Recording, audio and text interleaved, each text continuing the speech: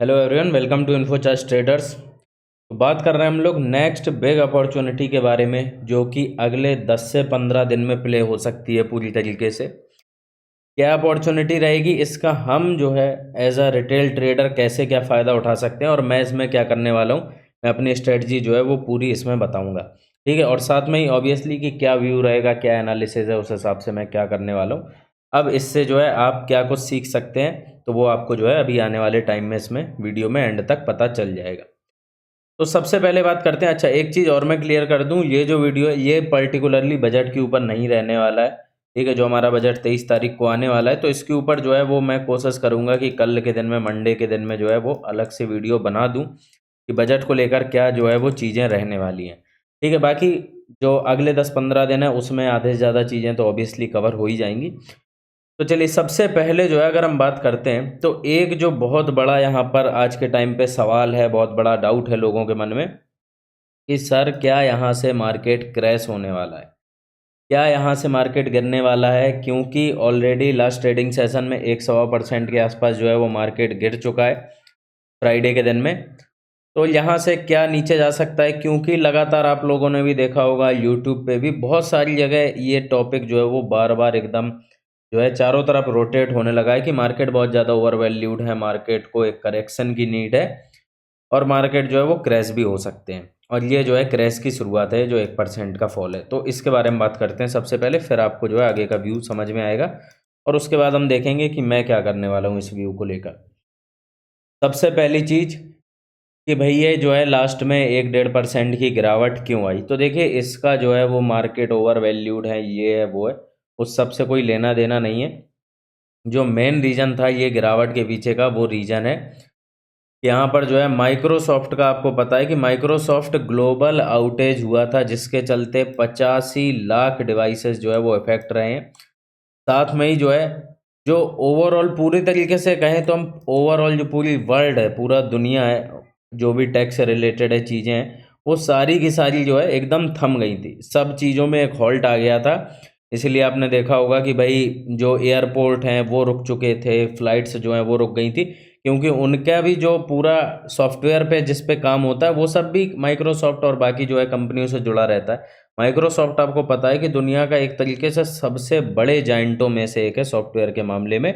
और इनके सॉफ्टवेयर केवल आप अपने लैपटॉप में ही इस्तेमाल नहीं करते हो, बड़ी बड़ी जगह पे जो है वो इनके सॉफ्टवेयर ही इस्तेमाल होते हैं। जैसे एयरपोर्ट हो गया और भी बाकी बहुत सारी जगह, बड़े बड़े डेटा सेंटर्स हैं।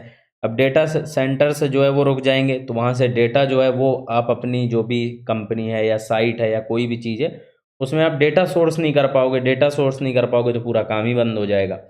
इस वजह से पूरी दुनिया जो है वो एक तरीके से थम गई थी कुछ घंटों के लिए।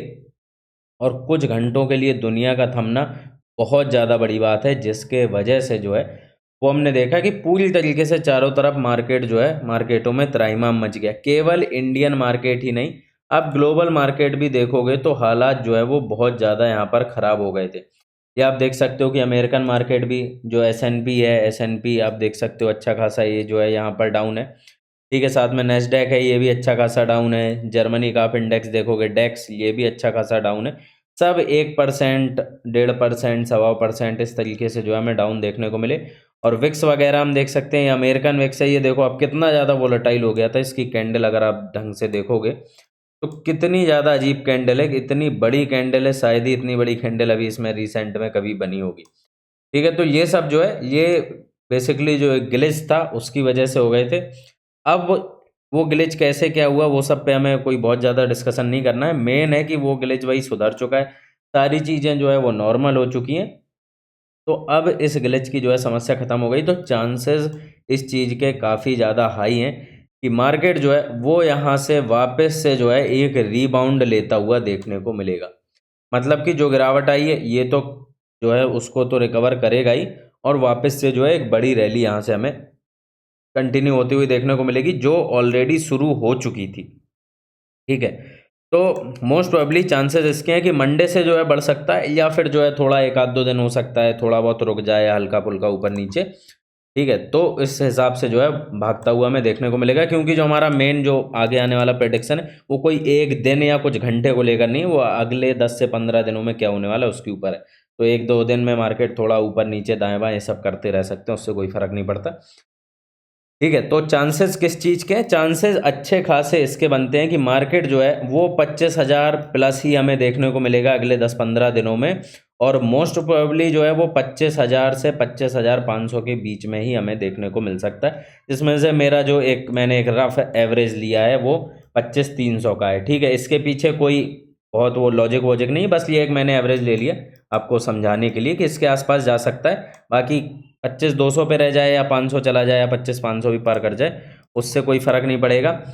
क्यों? क्योंकि जो लगातार मैंने आपको बताया था कि मैंने भाई बहुत सारी कॉल्स खरीद रखी। अब यहाँ से बेसिकली वो पार्ट शुरू होता है कि मैंने क्या किया। तो देखिए, मैंने जो है वो शुरुआत से ही लगातार बहुत सारी कॉल्स खरीद रखी थी, ख़ास तौर से इस पूरे टाइम पीरियड में जब मार्केट रुका रहा है। ये 10-15 दिन 2 हफ्ते मार्केट रुका रहा है, तो इस पूरे टाइम पीरियड में मैंने 24,000 की कॉल से लेके जो है वो बहुत सारी कॉल्स खरीद रखी थी। मैं बहुत ज़्यादा एग्जैक्ट तो नहीं बताऊंगा, अगर आपको एग्जैक्ट कौन सी एक्सपायरी की कौन सी स्ट्राइक प्राइस थी वो देखना है तो आप प्रीमियम ट्रेडर कम्युनिटी में जुड़ सकते हो। ठीक है, और बाकी फ्री ग्रुप में भी कई सारी चीज़ तो ऑलरेडी मैं शेयर करता रहता हूँ, तो आप उसमें भी जुड़ सकते हो। नीचे डिस्क्रिप्शन बॉक्स वगैरह में उसकी टेलीग्राम की लिंक मिल जाएगी। तो मैंने जो है अच्छी खासी कॉल्स ली थी। अब क्या है, मार्केट ने एक रैली दिखाई। ठीक है, पिछला वीडियो शायद मैंने जो है वो बनाया था मंडे को ही, मंडे या संडे के आसपास। तब मार्केट यहाँ कहीं था 24,400-500 के आसपास था, और उससे मार्केट ने 850 तक भागता हुआ देखने को हमें मिला। तो वहाँ से जो है एक अच्छा खासा प्रॉफिट जो है वो मैंने बुक किया है। ठीक है, और काफ़ी हद तक मैं सिमिलर ही वीडियो आपको तब भी बता रहा था कि तब भी लोग यहाँ पर यही कह रहे थे कि मार्केट क्रैश करेगा क्रैश करेगा। तब भी मैंने बोला था कि 25,000 या 25,500 के आसपास तक अच्छे खासे चांसेस हैं भागने के, और हमें जो है अच्छा खासा 24,850 के अराउंड जाता हुआ भी देखने को मिला, जिसमें मैंने अच्छे खासे जो है वो शॉर्ट टर्म में, मतलब एक एक्सपायरी और आगे आने वाली एक और एक्सपायरी, यानी कि 15 दिन 1 हफ्ते, इसकी जो ट्रेड्स थी उनमें मैंने अच्छा खासा प्रॉफिट बुक कर लिया है। जिसमें से पहली तो जो है वो 18 जुलाई की एक्सपायरी थी निफ्टी की, उसमें मैंने प्रॉफिट बुक कर लिया है, और दूसरी जो 25 जुलाई की एक्सपायरी है उसकी भी कई सारी कॉल्स में जो है वो मैंने प्रॉफिट बुक कर लिया है। ठीक है, तो अच्छा, अब जिनमें बुक कर लिया उन्हें तो दिखा सकते हैं, तो उन्हें मैं आपको जो है वो दिखाता हूँ कि कौन सी में बुक कर लिया और आगे मैं अब जो है वो क्या करने वाला हूँ। ठीक है, तो ये हमारा फ्री टेलीग्राम ग्रुप है, इसको आप ज्वाइन वगैरह कर सकते हो। नीचे डिस्क्रिप्शन बॉक्स में लिंक है, वहाँ से नहीं सर्च कर लेना टेलीग्राम जाके, 9,000 के आसपास मेंबर्स हैं। तो ये जो है, ये साथ में जो हमारे साथ मेंबर्स भी जुड़े हैं उन्होंने भी भाई प्रॉफिट बुक किया है, तो वो मैं आपको दिखा रहा हूँ कि निफ्टी की 18 जुलाई 24,200 की जो कॉल्स हैं, ठीक है, जो कि हमने तकरीबन 250 के आसपास खरीदी थी। 250 एक रफ नंबर मान लो, कुछ ने 240, कहीं 220, 25, 30 इस लेवल के आसपास, और साथ में मेरे पास जो है वो 2400 की भी कॉल्स थी, 24,000 की भी कॉल्स थी। तो ये सब डबल हो गई हैं। ठीक है, आप देख सकते हो कि 250 की बाइंग है, और कितनी, ये जो है जब ये स्क्रीनशॉट लिया गया है 484 के आसपास पे ये थी, 484, 85, और शायद मेरे हिसाब से 500 के आसपास तक गई थी। तो डबल तो यही हो गई है। एक ही लॉट में आप देख रहे हो 5-6 हज़ार के आसपास, 6,000 प्लस का प्रॉफिट चला गया था। तो डबल तो ये सीधे सीधे हो ही गई है। ठीक है, तो जो 18 जुलाई है और जो 25 जुलाई की एक्सपायरी थी, उनमें से कई सारी जो डबल हो गई हैं या 2.5 गुने के आसपास हो गई हैं, जिसमें 24,000 की कॉल, 24,100 की कॉल, 150 की कॉल, इन सारी को जो है वो मैंने कई सारी इनमें से जो है वो बुक कर लिया है। कुछ जो मुझे लग रहा है कि अभी थोड़ी बहुत और तेज़ी आ सकती है, या जिनको मैं बुक नहीं कर पाया फिर मार्केट गिर गया, तो उनको जो है मैं आगे चल के अभी जो है बुक कर लूँगा। कब? ये जो मैं बात कर रहा हूँ 25 जुलाई वाली एक्सपायरी की। ठीक है, तो साथ में ही मेरे पास 300-400 सारी कॉलें पड़ी हुई हैं लगभग, अब बहुत सारी कॉलें। अब जैसे ही मार्केट यहाँ से वापस से तेज़ी दिखाता है, हो सकता है थोड़ा बहुत और यहाँ पर नीचे आए, उसके बाद तेज़ी दिखाए 24,300 आके या 400 आके। ठीक है, चांसेस मेरे हिसाब से अगर आप पूछोगे सीधे सीधे किस चीज़ के ज़्यादा हैं, तो मुझे यही लगता है कि भाई मार्केट सीधे जो है एक तगड़ा बाउंस बैक ऊपर में दिखाएगा।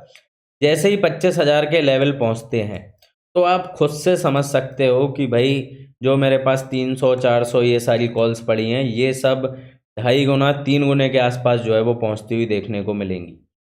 ठीक है, तो उनमें सब में मैं प्रॉफिट जो है वो बुक करने वाला हूँ। ये चीज़ हो गई। अच्छा, अभी दूसरी चीज़ कि आगे की क्या स्ट्रेटजी है। तो देखो, मार्केट जब गिरा था ना, ठीक है, तो मैंने यहाँ पे बहुत ज़्यादा भर भर के वापस से कॉल्स ले लिए हैं। क्यों?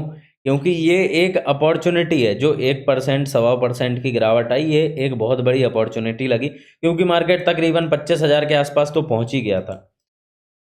ठीक है, पहुंच गया था। अब उसके बाद क्या है, यहाँ पर अच्छा खासा जो है, मैं सोच रहा था कि एक आधा अगर डिप मिल जाए तो बहुत अच्छा है, चांसेस कम थे, लेकिन चलिए माइक्रोसॉफ्ट की जो भी चीज़ हो गई उसकी वजह से एक हमें अच्छा डिप मिला, तो मैंने जो है वो 24,600 पर और 24,500 पर, ठीक है, 530 के आसपास, यहाँ पर भी जो है कई सारी कॉल्स लिए। अगर थोड़ा बहुत और गिरता है, यहाँ से 24,300 के आसपास तक भी आता है, तो भी मैं और कॉल्स को यहाँ पर ऐड करूँगा। ठीक है, शॉर्ट अगर ज़्यादा गिरता है, जैसे 300 के आसपास तक आ जाता है, तो मैं लॉन्ग टर्म में भी ऐड करूंगा, वरना मैं अधिकतर शॉर्ट टर्म में ज़्यादा ऐड करूंगा, क्योंकि लॉन्ग टर्म की मेरे पास जो है वो ऑलरेडी पड़ी हुई है बहुत सारी कॉल 4 मंथ्स की। ठीक है, शॉर्ट टर्म में मैं अभी ज़्यादा ऐड करने में फोकस रखूंगा, क्योंकि मेरे हिसाब से जो बाउंस बैक है ना, वो बहुत शार्प आना चाहिए। ठीक है, अभी मैं इसके पीछे थोड़ी एक दो और आपको रीजंस भी बताता हूँ। तो ये जो है ओवरऑल मेरा एक जो है रफ पूरा का पूरा प्लान रहने वाला है, समझ गए होंगे आप लोग। ठीक है, कि यहाँ पर मैं शॉर्ट टर्म ऐड कर रहा हूँ, अगर 200-300 पॉइंट और गिरता है तो फिर मैं लॉन्ग टर्म भी ऐड कर लूँगा, क्योंकि अगर मार्केट 24,300 या 24,200 ऐसा कुछ दिखता है, तो फिर वहाँ से 25,000 जाएगा। वो बुलिश व्यू तो मेरा क्लियर है, वो नहीं बदलने वाला है। ठीक है, तो फिर 25,000 जाएगा, तो जो हमारी ऊपर में हमने अभी 24,800 के आसपास भी कॉल्स ऐड की हैं, वो अपनी कॉस्ट टू कॉस्ट आई जाएंगी। 25,000 मतलब 24,800 के आसपास कॉस्ट टू कॉस्ट आई जाएंगी। उन्हें देखेंगे उनका क्या करना है, कैसे क्या बुकिंग करते हैं। बाकी जो नीचे कॉल्स खरीदेंगे वो बहुत दबा के प्रॉफिट देंगी। ठीक है, तो ओवरऑल अपन बहुत तगड़े प्रॉफिट में आ जाएंगे। तो ये डिप तो हमारे लिए उल्टा ज़्यादा फायदे का ही सौदा है। ठीक है, तो बहुत सारे लोग सोचते होंगे कि सर गिर गया तो आप क्या करोगे, आप तो बर्बाद हो जाओगे, जिस हिसाब से आप बोले सर। तो नहीं, तो जितना मार्केट गिरता है उतना हमारे लिए और ज़्यादा अच्छी चीज़ रहती है। ठीक है, क्योंकि उसके बाद फिर मार्केट जब बाउंस मारते हैं ना, तो जितने तगड़े तरीके से प्रीमियम गेन होता है और जितने तगड़े प्रॉफिट्स होते हैं, उनकी बात ही फिर अलग होती है।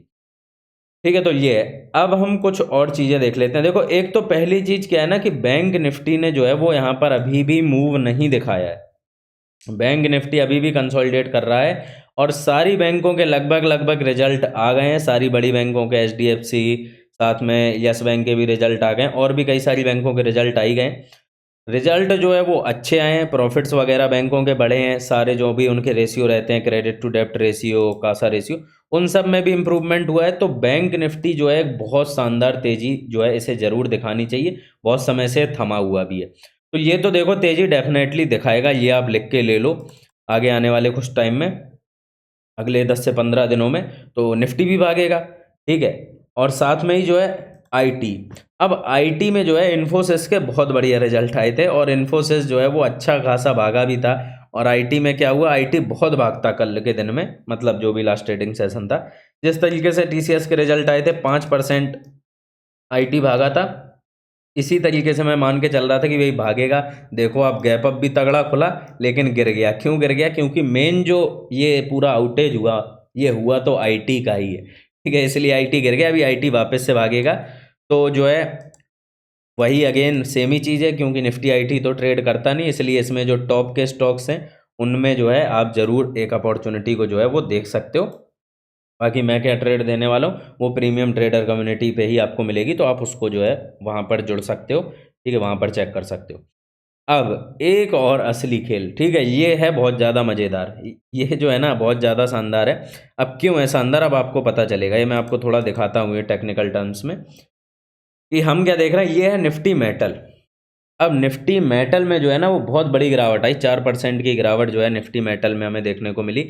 अब निफ्टी मेटल को भी यहाँ से एक बड़ी रैली दिखानी चाहिए। अब ये मैं आपके सामने दिखाता हूँ क्यों दिखानी चाहिए। ठीक है, बाकी के तो रीजंस मैंने बता दिए, बाकी के मैं ऑलरेडी भी बता चुका हूँ, इसलिए मैं उनमें बहुत ज़्यादा वापस से डिटेल में सेम चीज़ रिपीट नहीं करूँगा। लेकिन मेटल का देखते हैं।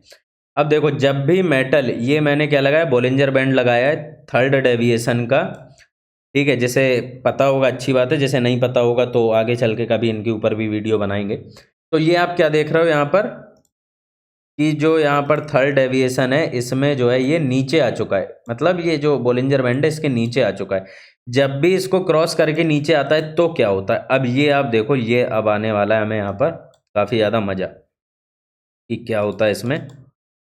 ठीक है, जब जब भी इसको टच किया है या इसके आसपास पहुंचा है या इसको क्रॉस करने की कोशिश की है, जैसे यहाँ पर हम देखते हैं। ठीक है, तो इसको क्रॉस तो नहीं किया, लेकिन काफ़ी ज़्यादा पास में पहुंचा है। जब पास में पहुंचा है तो आप देखो कितनी बड़ी रैली आई है, 14-15% की। ये रैली कब की? इलेक्शन के टाइम्स की है, ठीक है। और हम देखते हैं ऐसे कोई इंस्टेंस हैं क्या हमारे पास। एक ये इंस्टेंस है हमारे पास 13 मार्च के आसपास, ठीक है। तो आप देखोगे 13 मार्च के आसपास हमें कितनी एक रैली देखने को मिली आगे आने वाले 10-15 दिनों में? 7% की रैली।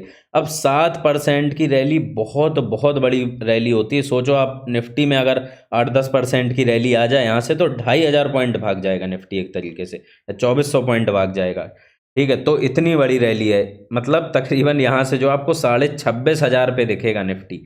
अब आप समझ सकते हो कितनी बड़ी रैली हो सकती है ये, ठीक है। फिर हम देख रहे हैं कि एक जो है एग्जैक्ट इसके बहुत ज़्यादा पास में तो नहीं आए, लेकिन हम देख रहे हैं कि एक बहुत बड़ी रैली हमें 7% के आसपास देखने को मिली। और जितना ज़्यादा ये नीचे आएगा उतनी बड़ी रैली के चांसेस बनते हैं, उतनी ज़्यादा जो है स्थिति जो है वो बाउंस बैक के लिए तैयार होती है। यहाँ पर आप देख सकते हो, ठीक है। एक बार एक यहाँ पर हुआ है, यहाँ पर हालांकि उतनी बड़ी रैली नहीं आई, लेकिन फिर भी 2.5% के आसपास आई। कुछ दिन रुके रहे हम तो हाँ 2.5% 3% के आसपास आई है। फिर थोड़ा बहुत ये गिरा है वापस से, जो अपना जीरो लेवल है वहाँ से आया, लेकिन उसके बाद से अगर आप देखो यहाँ से, ठीक है, अगर अगर कोई भी पेशेंसली बना रहा होगा तो कितनी बड़ी रैली है ये, कितनी बड़ी रैली है, 18-20% की रैली है, ठीक है। यहाँ तक आप देख सकते हो, ये 6 दिसंबर तक, मैं पूरा जोड़ ही देता हूँ इसको यहाँ तक। तो कितनी बड़ी हमें रैली देखने को मिली है, क्योंकि जितना ज़्यादा नीचे आएगा उतने चांसेस जो है उसके बाउंस बैक के बढ़ते हैं। अच्छा, और कोई इंस्टेंस हम देखते हैं, ठीक है। जब जब भी आप देखोगे, जब जब भी पास में आए, जैसे एक देख लो यहाँ पर, ठीक है, एग्जैक्टली बहुत ज़्यादा नीचे तो नहीं आए, लेकिन यहाँ पर भी हमें 7-8% की रैली देखने को मिली है। और कोई इंस्टेंस देखें, हाँ यहाँ पर हमें अच्छे इंस्टेंस देखने को मिल रहे हैं कि ये भाई तोड़ता हुआ एकदम नीचे आया, और जब ये नीचे आया तो यहाँ से कितनी रैली मिली हमें? एक 6-7% की रैली मिली है रफली। उसके बाद फिर एक गिरावट आई है, फिर इसने ब्रेक किया है यहाँ पर, ठीक है। और फिर आप देखोगे कि फिर भाई 5.5-6% के आसपास की रैली आई है। उसके पहले देखते हैं हम, तो सिमिलर जो है आप यहाँ पर भी देख सकते हो कि ये कितनी बड़ी रैली है, 10-11% की रैली।